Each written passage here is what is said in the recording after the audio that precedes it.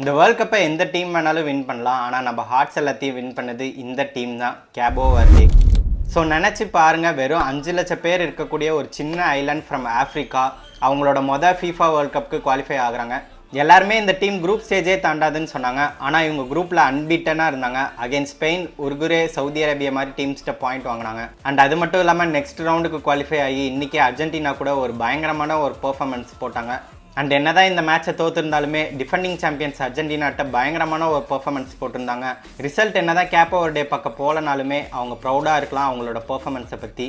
ஒரு டீம் அவங்களோட first world cup ஆடுறாங்க, அகேன்ஸ்ட் ஸ்பெயின், உருகுரே, சவுதி அரேபியா கூட பாயிண்ட்ஸ் எடுக்கிறாங்க. அண்ட் டிஃபெண்டிங் சாம்பியன்ஸ் அர்ஜென்டினா கூட வந்து ஹெட் டு ஹெட் ஃபைட் பண்ணியிருக்காங்க.